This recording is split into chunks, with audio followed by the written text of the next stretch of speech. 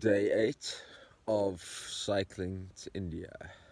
So far, I've done 703 kilometers or 439 miles. I'm not sure exactly how far I've got to go, but I know that nothing will stop me because I won't stop myself. And if you don't stop yourself, then nothing can stop you. You are limited only by your own self. So don't stop yourself and you'll do whatever you want to do in this life. It might be 5,000 miles to go, 4,000 something miles to go. Doesn't matter.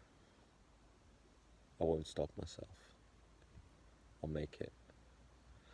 And it's not so much about making it or not stopping yourself, it's about how you make it. What emotions you carry with you, what feelings you hold on your journey, because just merely doing something is it's one thing, because you can put your head down and just phase out the world and just not care about anything and just do it. But there's no feeling in that. So trying to hold as much emotion in this journey so that it's like every moment of my day is spent trying to understand, first of all, how environmental signals work, because that is a huge part of my journey to explain how how environmental signals work, which I spend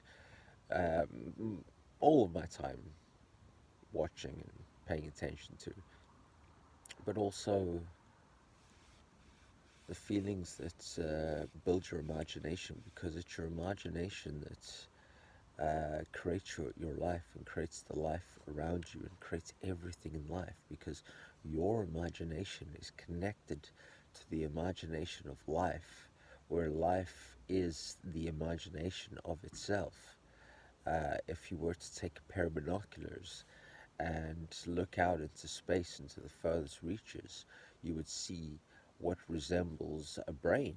You can see out in the great depths of space, it resembles a giant brain. And if you take a thought in your mind, in your head, and you say, "Look out and see what you can see," it would tell you, "Well, I see a brain as well." And that's because we live in a fractal universe. So above as below.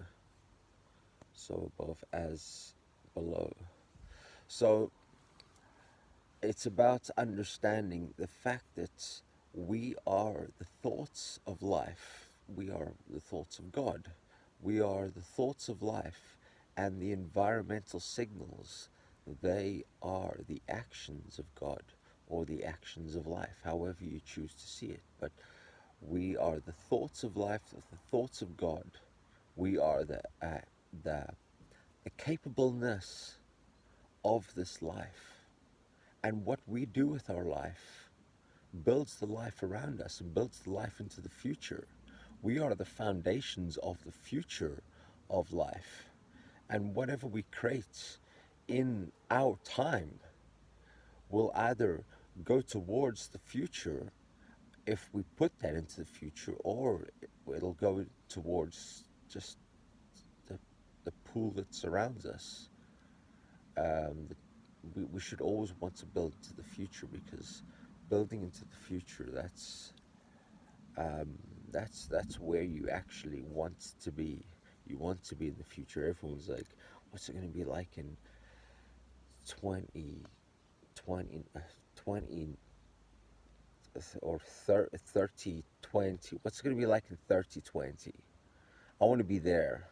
I want to be in 3020 eventually, 1,000 years later. I want to be there.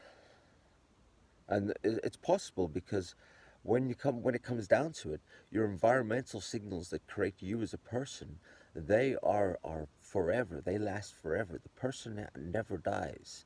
The only thing that dies is the organic material, but the organic material is held up by your own environmental signals that you create for yourself.